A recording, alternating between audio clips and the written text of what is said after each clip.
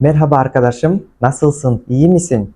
Barыңарга салам достор, кутмандуу күнүңүздөр менен. Бүгүнкү түрк тилинин A2 деңгээлиндеги экинчи сабагыбызга кош келдиңер. Бүгүнкү сабакта биз ар дайымкыдай эле грамматикалык жана практикалык сабактарды чогуу алып кетмекчибиз. Бүгүнкү практикалык бөлүгүбүздө биз карама каршы сөздөрдү, карама каршы антоним фразаларды үйрөнөбүз жана аларга мисалдарды түзүп көрүп, сөз байлыгыбызды дагы да жогорулатабыз.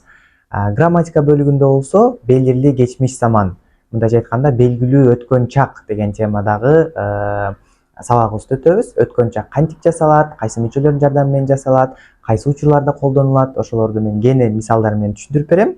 Жана ушул өткөн чак темасын жакшыраак бышыктоо үчүн түрк дүйнөсүндөгү өнемли кишилер деген темада маанилүү кишилердин, таанымал кишилердин биографиясын окуп, теманы да бышыктайбыз, сабагыбыз да кызыктуу болгончо жакшы жаңы бир кишилердин биографиясын үйрөнгөн болобуз. Андан сырткары ар дайымкыдай эле түрк дүйнөсүн, түрк маданиятын таанытуу максатында Фатих Султан Мехмет, түрктөрдүн белгилүү, Осман империясынын белгилүү падышасы тууралуу кеп куруп бермекчимин. Бул падыша эмнеси менен белгилүү, түрктөр эмне үчүн муну жакшы көрүшөт, кандай жетишкендиктерге жеткен, ошолор боюнча силерге кенен айтып берем. Анда эмесе сабагыбызды баштадык. Баарыбызга ийгилик, hepimize başarılar arkadaşlar. Келгиле достор, силер менен карама каршы сөздөрдү карап көрөбүз. Биринчи киришүү максатында бул жакта биз жаңы сөздөрдү көбүрөөк үйрөнөбүз, анан бири-бирине карама каршы антоним маанидеги сөздөрдүн маанилерин карайбыз. Пахалы деген сөз бар. Пахалы деген сөз бул кымбат, ал эми анын антоними ужуз, арзан. Ужуз, пахалы, ужуз. Temiz деген, таза деген сөз, kirli, gir деген сөз да. Temiz, kirli. Hızlı, tez, yavaş, cay. Önemli, manilü, önemsiz, manisiz, manilü emes деген söz. Misalı, çok önemli konu, öte manilü tema, önemsiz konu, manisiz tema деген söz. Açık, kapalı. Açık, açık, kapalı, жабык деген söz. Бул сөздөр бири-бирине карама каршы антоним маанидеги сөздөр. Уландысы долу деген сөз бул толтура, бош эмес деген сөз да. Мисалы, отобустун ичи долу, автобустун ичи толтура, толо деген сөз. Ал эми бош, бош. Zengin, бай, fakir, gedey. Mesela o çok zengin ailede doğdu. O çok zengin ailede doğdu. Ал аябай бай үй бүлөдө чоңойду, төрөлдү деп атат. Эркен деген сөз. Эрте. Мисал үчүн ben her sabah erken kalkarım. Мен күн сайын эрте менен эрте ойгоном деген сөз. Geç деген болсо кеч. Geç kalmak деген сөз дагы бар. Кеч калуу деген сөз. Yasak, тыюу салынган. Serbest, тыюу салынган эмес, эркин, уруксат берилген деген сөз. Мисалы, buraya girmek yasak. Бул жака кирүү тыюу салынган деген сөз. Же болбосо buraya girmek serbest. Бул жака кирүү уруксат берилген, эркин кирсең болот деген сөз. Kolay, жеңил, zor, кыйын. Оор деген сөз да. Мисалы, kolay gelsin деген сөз бар. Бул иш илгери болсун, ишиң оңой болсун деген сөз. Же болбосо bu ödev çok kolay. Bu ödev çok zor десек дагы болот. Бул сөздөрдү сөзсүз түрдө жазып, жаттап алыңыздар. Тесттик иште ушул сөздөр суралат. Келгиле эми ушул сөздөргө мисалдарды карап көрөлү достор. Бул болсо менин түркчөдөгү шалвар деп коет, ошондогу кийген жасалма интеллект менен жасалган сүрөтүм. Досторубуз тамаша иретинде жасаган. Бул түрктөрдүн улуттук кийимдеринин бири. Азыр дагы деле улгайган адамдар кийишет муну. Келгиле эми биз темадан алыстабай өзүбүздүн карама каршы сөздөрүбүзгө мисалдарды карап көрөлү. Bu telefon çok pahalı ama şu ucuz. Бул телефон аябай кымбат, тигинisi болсо арзан дейт. Ellerim temiz ama ayakkabılarım kirli. Колдорум таза, бирок бут кийимим кир. Araba çok hızlı, bisiklet ise yavaş. Уна аябай tez, ал эми велосипед жай. Bu konu çok önemli. Değeri ise önemsiz. Бул тема аябай маанилүү. Тигинчиси болсо маанилсиз. Капы şu an açık ama pencere kapalı. Эшик азыркы учурда ачык, ал эми терезе жабык дейт. Benim bardağım dolu, senin bardağın boş. Menin stakanım tolo, senin stakanın boş. O adam çok zengin ama kardeşi fakir. Al adam aябай бай, бирок bir tuğanı gedey. Bugün çok erken kalktım ama işe geç geldim. Bugün aябай erте turдum, бирок жумушка geç geldim deyт. Эң акыркы сүйлөмүбүз. Burada park etmek yasak, orada serbest. Бул жерге стоянка кылуу, токтотуу тыюу салынган. Ал эми ал жака мүмкүн дейт. Тияка барып токтотсоң болот дейт машинаны. Türkçe öğrenmek çok kolay. Hiç zor değil. Türkçe үйрөнүү аябай жеңил, эч качан оор эмес дейт. Бул жактагы сөздөрдү дагы мисал катарында сүйлөмдөр менен колдондук. Буларды дагы мүмкүн болсо, убактыңар болсо сөздүк дептериңерге мисал катары жазып алсаңар силер үчүн пайдасын берет. Бүгүнкү сабагыбыздын грамматикалык темасы, грамматикалык бөлүгү белгилүү geçmiş zaman. Өткөн чак, белгилүү өткөн чак деген тема. Бул качан колдонулат? Өтүп болуп бүткөн нерсени айтууда колдонулат. Өз көзүбүз менен көрүп болуп бүткөн нерсени айтууда колдонулат. Мисалы кыргызча мисал келтирип берсем, мен кечээ университетке бардым. Апам кечээ жумушка барган жок. Асан күн сайын, же болбосо Асан былтыркы жылы окууну бүткөн. Менин эжем 3 жыл мурун турмушка чыккан. Булардын бардыгы болуп өткөн нерселердин баарын айтып атат, бүтүп окуя бүткөн нерсени көрсөтүп берип атат. Ошон үчүн булар өткөн чак, бүткөн нерсеге өткөн чак деп айтабыз. Бүгүн ошол белгилүү geçmiş zaman, белгилүү өткөн чак боюнча сүйлөшөбүз. Belirli geçmiş zaman yüklemin anlattığı işin, oluşun ya da hareketin, sözün söylendiği zamandan önce yapıldığını ve bitirildiğini anlatır. Жана айткандай эле болуп аткан окуянын, сөздүн, айтылган нерсенин бардыгы азыр айтылып аткан учурдан мурун өткөн чакта болуп бүткөнүн көрсөтүш үчүн колдонулат. Бул жакта 4 мисал турат. Ben geçen hafta sinemaya gittim. Бул жерде gittim деген сөз этиш менен жасалат да өткөн чак. Gittim, бардым деген сөз. Мен мурдагы жума киного бардым. Sen dün ders çalışmadın. Sen кечээ сабак окуган жоксуң. Çalışmadın, сабак окуган жоксуң деп атат. Siz geçen yıl tatil yaptınız mı? Siz былтыркы жылы каникулга чыктыңызбы дейт. Daha önce hiç Türkiye'ye gelmedin mi? Мындан мурун бир да жолу Түркияга келген жоксуңбу деп атат. Мындайча айтканда, бардыгы болуп бүткөн нерсени, өткөн чактагы нерселерди сурап, көрсөтүп айтып берип атат. Жана бул өткөн чакты колдонууда биздин сүйлөмдөрүбүздүн ичинде ушул сөздөр көп колдонулат. Мындайча айтканда, булар өткөн чакты билдирген сөздөр. Dün, önceki gün, bugüne kadar, şimdiye kadar, geçen cuma, geçen sene, 10 dakika önce, 4 yıl önce, biraz önce, булардын бардыгы ошол өткөн чакта колдонулат. Dün деген, кечээ деген сөз. Önceki gün, мурдагы күнү. Bugüne kadar, бүгүнкү күнгө чейин. Şimdiye kadar, азыркы убакка чейин. Geçen cuma, мурунку жума. Geçen sene, мурунку жыл. 10 dakika önce, 10 мүнөт мурун. 4 yıl önce, 4 жыл мурун. Biraz önce, biraz убакыт мурун деген сөз. Булардын баарын маанисын карасаңар, өткөн чакты билдириш үчүн колдонулуп атат. Мындайча айтканда, бул сөздөр колдонулса, демек биздин айтып аткан нерсебиз болуп бүттү деген сөз да. Бул түшүндүк, бул сөздөрдү жазып жаттап алсак болот. Булар дагы тесттик иште сурайм бир аздан кийин. Грамматикалык түзүлүшү боюнча бул этиштерге уланат. Этиштерге д, ди, ду, дүү деген мүчөлөр уланып жасалат өткөн чак. Мисал үчүн, мисалы кайсы учурда д, кайсы учурда ди, кайсы учурда ду, кайсы учурда дүү деген уланат деген боюнча мен А1 деңгээлинде кенен түшүндүрүп бергем. Эгерде тамганын, сөздүн, этиштин аяккы үндүү тамгасы А, ы тамгасы менен бүтсө, анда ал этишке д деген мүчө уланып өткөн чак жасалат. Мисалы, anla деген сөздүн аяккы үндүүсү эмне? А. Демек аяккы үндүүсү А болгон үчүн биз аны өткөн жакка алмаштырыш үчүн д деген мүчөнү коштук. Аңлады, түшүндү деген сөз. Эгерде этишибиздин сөзүбүздүн эң аяккы үндүүсү же болбосо и тамгасы менен бүтсө, анда ага ди деген мүчө уланат. Мисалы, гел деген сөздүн эң аяккы үндүүсү кайсыл? Аяккы үндүүсү Geldi. Geldi деген сөз кыргызчадагыдай эле. Ошондой эле этишибиздин сөзүбүздүн эң аяккы үндүүсү у менен бүтсө, анда ага ду деген мүчө уланат. Койду.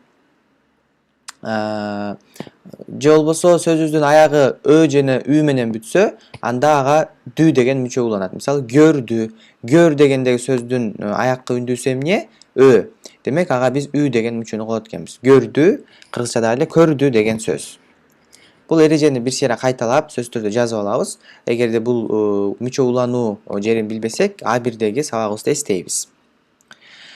Ошондой эле сөздүн аяккы үнсүздөрүнө дагы карап, д, ди, ти деген, д, ди, ду дегендер д тамгасы т тамгасына өзгөрүп кетет.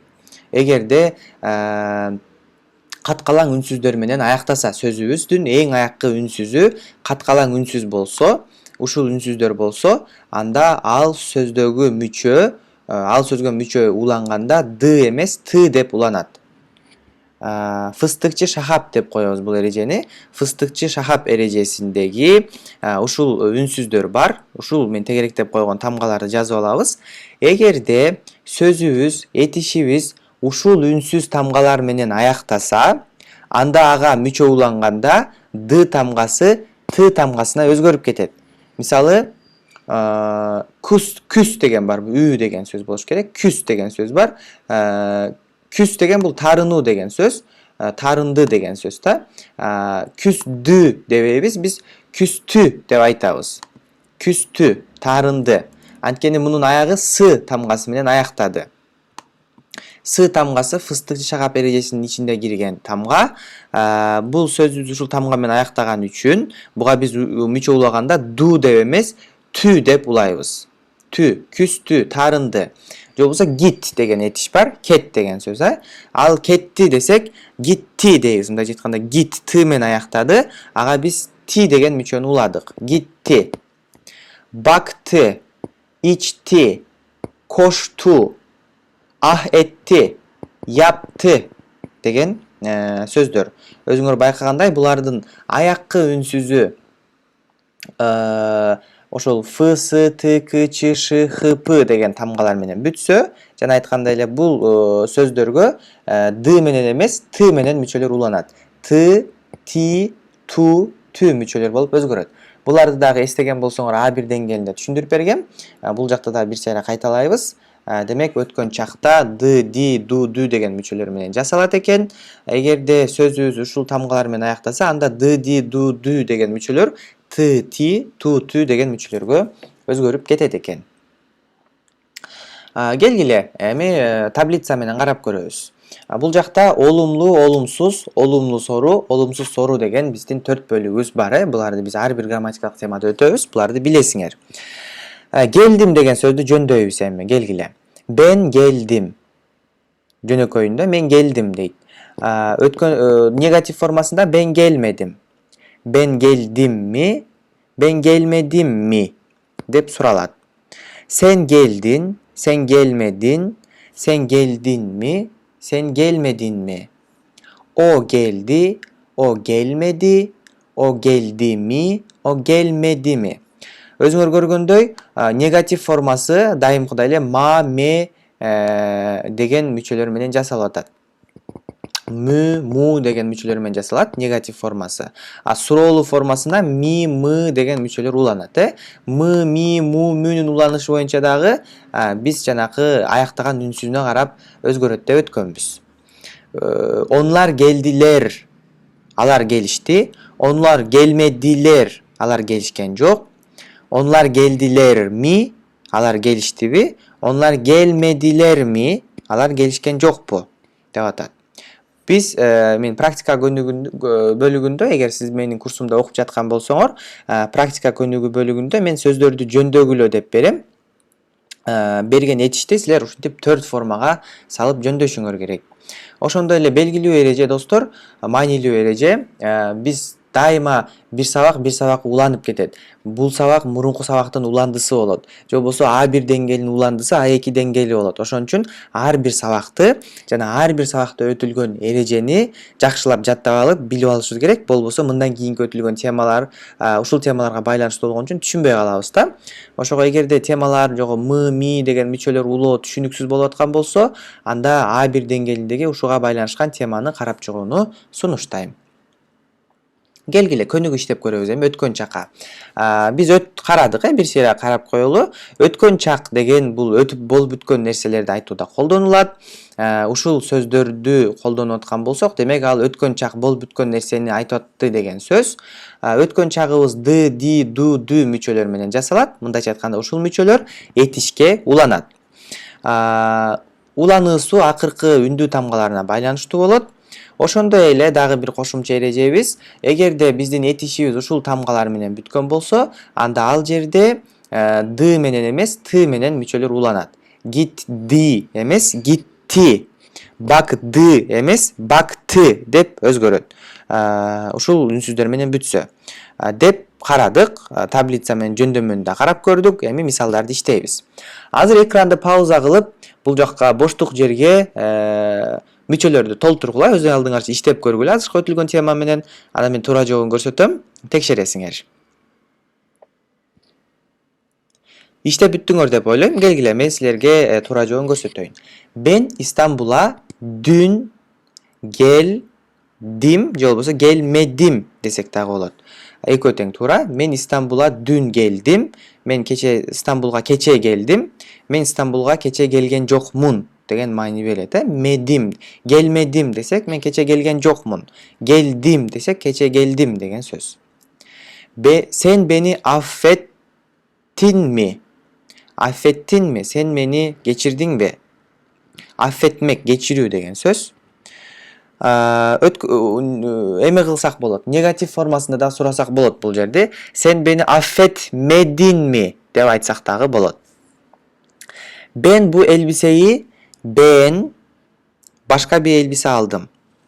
Мен бул көйнөктү жакшы көргөн жокмун, башка бир көйнөк алдым дейт. Демек бул жерде негатив формасы болот. Ben бул элбисеyi beğenmedim. Beğenmedim. Жакшы көргөн жокмун деген сөз. Биз бурая Алманиядан келдик десек дагы болот, келмедик десек дагы болот. Биз бул жерге Германиядан келдик, же болбосо биз бул жерге Германиядан келген жокпуз. Siz o filmi daha önce hiç seyrettiniz mi? Же болбосо siz o filmi daha önce hiç seyretmediniz mi? Деп олумлуу сору, олумсуз сору кылып экөөнү тең түзсөк болот. Бул жерде өзүңөр көргөндөй д, ди, ду, дүү мүчөлөр уланып атат. Андан кийин таандык мүчөлөр да кошулуп кетип атат. Geldim, sen geldin, o gelmedi, biz gelmedik дегендей. Ошондой эле сөзүбүздүн аягы фыстыкчы шахап эрежеси менен бүтсө, анда ти менен уланып атат. Мисалы аффетмек дегенде аффет кайсы тамга менен бүтүп атат? Т менен бүтүп атат. Ал жерге биз д менен мүчө улай албайбыз, т менен гана мүчө улайбыз. Аффеттинми эмес, аффеттинми деп улайбыз. Ошондой эле сейретмек дегенде сейрет кайсы этиш менен тамга менен бүтүп атат? Т менен бүтүп атат. Фыстыкчы шахаптагы т менен бүтүп атат. Бул жерге дагы биз мүчөнү т менен уладык. Сейреттинизми деп. Бул жерде дагы исим жүмлөлөрүндө белгилүү кечмиш заман көрсөтүлгөн. Таблица менен мисалы эгерде сөзүбүз этиш эмес болсо, анда биз аларга исим жүмлөлөрү деп айтабыз, атоочторго. Атоочторго дагы ошо д, ди мүчөлөрү уланат. Өткөн чакты билдириш үчүн, мисалы, хаста деген сөз бул оорулуу деген сөз да, глагол эмес, бул жөнөкөй эле сөз. Оорулуу сынатооч. Оорулуу болчум, ооруп жаткан болчум деген мааниде колдонсок, биз хастайдым деп айтабыз. Хастайдым. Олумсузда хаста değildim. Суроолусунда болсо хаста мыйдым, мы менен жасалып атат суроолусу. Олумсуз суроолусунда хаста değil miydim деп мыни муну жасалып атат. Муну биз исим жүмлелери деген темада, ад жүмлелери, ад тамламалары деген темада өткөнбүз. Бул жакта дагы өткөн чакта бул темаларда дагы колдонулат деп көрсөтүш үчүн кошуп койдук бул жерде. Эми келгиле. Türk dünyasında unutulmaz isimler, Türk dünyasının unutulmaz isimleri, Türk dünyasının önemli kişileri деген темада текст окуйбуз. Бул жакта тексттин ичинде Түркиядагы, Түрк дүйнөсүндөгү маанилүү кишилер, маанилүү адамдар жөнүндө сөз курат. Жана кара менен белгилеп койгон нерселер бул бүт баары өткөн чакты билдирген сөздөр. Булардын баардыгы жашоодон өткөн, жашоодо баары дагы мындай картайып калган, ошого булардын жашоосун өткөн чагын көрсөтүп, сүрөттөп текстти окуйбуз. Türk dünyası tarih boyunca birçok büyük insan yetiştirdi. Bu insanlar bilim, edebiyat ve siyaset alanında dünyaya iz bıraktı. Mustafa Kemal Atatürk 1881 yılında Selanik'te doğdu. Askeri okulda çok başarılı bir öğrenci oldu. Kurtuluş Savaşı'nı başlattı ve Türk halkı ile birlikte büyük bir zafer kazandı. 1923 yılında Türkiye Cumhuriyeti'ni kurdu. Ülkesi için birçok yenilik yaptı ve 1938 yılında İstanbul'da hayata gözlerini yumdu. Бул жерде Ататүрк жөнүндө айтып берип атат. Ататүрк 1881 жылы Selanik'te туулду. Аскери мектепте аябай жетишкен, аябай ийгиликтүү окуучу болду дейт. Андан кийин Kurtuluş Savaşı, Кутулуу согушун баштатып, Türk eli менен биргеликте эгемендигин алышты. Казанды деген сөз утту деп атат. 1923 жылы эгемен Түркия мамлекетин курду. Өлкөсү үчүн аябай чоң иштерди кылып, анан 1938 жылы Стамбулда бул дүйнө менен кош айтышты дейт. Хаята gözlerini yumdu. Кош айтышты дейт. Демек, Мустафа Кемал Ататүрк бул дүйнөдөн өткөн адам, түрктөрдүн лидери. Бул дүйнөдөн өткөн үчүн биз өткөн чакта айтып атабыз муну. Кылды, дооду, башлатты, казанды, курду деп. Анан бул жакта кара менен көрсөтүп койдук. Өзүңөр дагы ошол д, ди, т, ти мүчөлөрүнүн уланышы боюнча карап көрсөңөр болот. Андан кийинки Türk dünyasının önemli isimlerinden biri Cengiz Aytmatov. Чыңгыз Айтматовду түркчө Ж менен айтышат да, эмнегедир Жеңгиз Айтматов деп. Эмнеге Жеңгиз экенин билсеңер, комментарийге жазып койсоңор болот. Эмнеге Чыңгыз Айтматов дебейбиз, эмнеге Жеңгиз Айтматов дейбиз? Кызыгы. Cengiz Aytmatov Kırgızistan'ın dünyaca ünlü yazarı. Cengiz Aytmatov küçük bir köyde hayata başladı. O insan sevgisini ve doğayı anlatan çok derin romanlar yazdı. Onun kitapları tüm dünyada milyonlarca insan tarafından okundu. Aytmatov Türk dünyasının ortak sesi oldu ve 2008 yılında aramızdan ayrıldı. Aziz Sancar Mardin'de kalabalık bir ailede büyüdü. Tıp fakültesini bitirdikten sonra Amerika'ya gitti ve orada yıllarca bilimsel araştırmalar yaptı. Hücrelerin DNA'yı nasıl onardığını buldu. Bu büyük başarısı sayesinde 2015 yılında Nobel ödülünü aldı. O başarısını Türk eğitim sistemine borç bildi. Aziz Sancar деген бул Түркиянын аябай маанилүү дарыгерлеринен бири. Hücre деген сөз бул клетка деген сөз. Билбегендер үчүн медицинский факультетти бүткөндөн кийин Америкага гитти дейт. Tıp fakültesi, meditsina fakülteti деген сөз.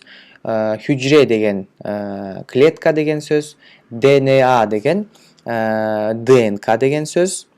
Ошол Америкага барып, ДНК клеткалар боюнча жаңы бир ачылыш жасап, анан 2015 жылында Нобель сыйлыгын алыптыр.